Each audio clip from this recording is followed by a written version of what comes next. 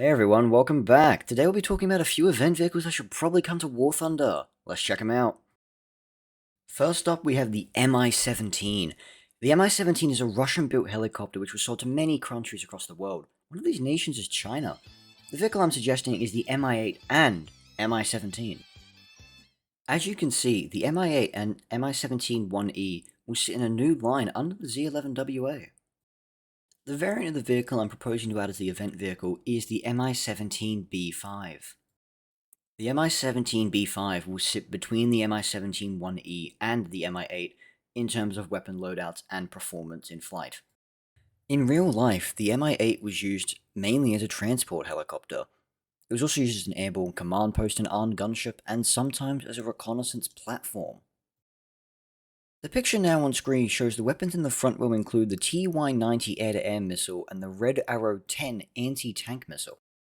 The reason the Mi-8 was replaced by the Mi-17 was because the Mi-8 was too old to continue operating properly. The next vehicle we should talk about is the T-6 medium tank. The T-6 is practically a prototype Sherman. While the M2 was made as a stopgap to hold the 75, the T-6 was designed to fully incorporate the 75mm gun as its main weapon. An interesting thing you can most likely see on the T-6 is that it had a massive commander's cupola. Along with the massive cupola, you can probably see a very big side door on the right side of the tank. In the photo shown here, you can see what happens when the turret did a full rotation. It took out the commander's radio antenna. In August of 1940, the British ordered 1,500 M3 medium tanks. Many of these were modified into a new tank called the M5A1.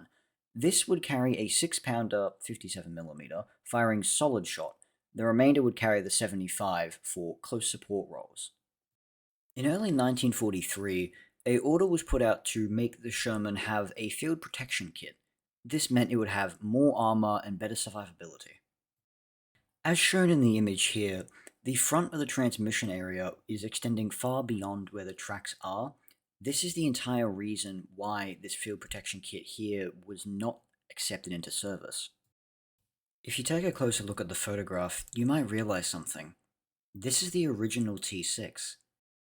The photograph was dated February 18th of 1947. After its failed production attempts in 1943 for the field protection kit, it was sent to the Ordnance Museum for its historic purposes.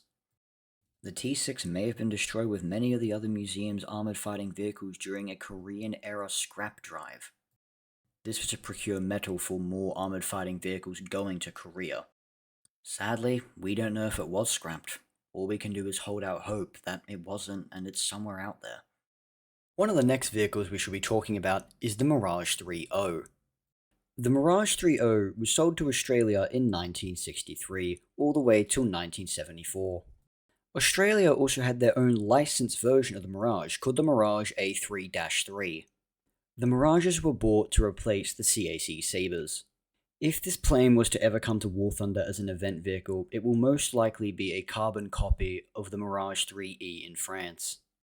The weapon armament of the Mirage 3.0 will be one Matra R530, two Sidewinder air-to-air missiles AIM-9B, and two Matra R550 Magic air-to-air missiles. During an upgrade session of the Mirages, most of them were given defensive chaff and flares, as well as an improved radar system having look-down-shoot capability. The ground attack variant of the Mirage in Australia was called the Mirage 3.0A. These could carry an attack load of 6 Mark 82 500-pound bombs or 3 GBU-12 laser-guided bombs, along with its air-to-air loadout of AIM-9Bs or Magic missiles. One of the most famous images of the Mirage 3 in Australia was when it flew over Sydney Harbour and Sydney Harbour Bridge. In the background, you might even be able to spot that the Sydney Opera House was still under construction at this point. Though these aircraft aren't used by Australia anymore and many of them were sold to Pakistan, it was a great piece of Aussie history. Jumping the gun from air to ground, let's talk about the Leopard AS-1. In 1977, the Leopard AS-1 was delivered to the Royal Australian Armoured Corps to replace the Centurion tank that has been serving since 1952. Though these tanks were retired in 2007, Over their lifespan, they had many upgrades. In War Thunder, the Leopard AS1 will closely resemble a Leopard 1A1 in the German tech tree. Starting with DM12, your Heat FS round, and upgrading to your Sabo of DM13. Continuing down the modification tree, you will unlock thermal equipment and a laser rangefinder. Finally unlocking your top round, DM23. During the Tropical Trials, an M60A1 from America was also present trying to win the contract for Australia.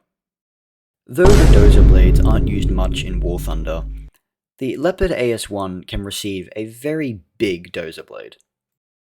One of our Leopards is currently stored in the Australian Armour and Artillery Museum up in Queensland.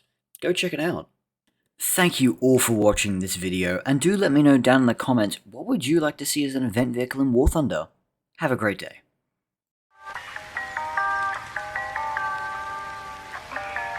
Ridiculous. I'm sorry. Oh, that's all right.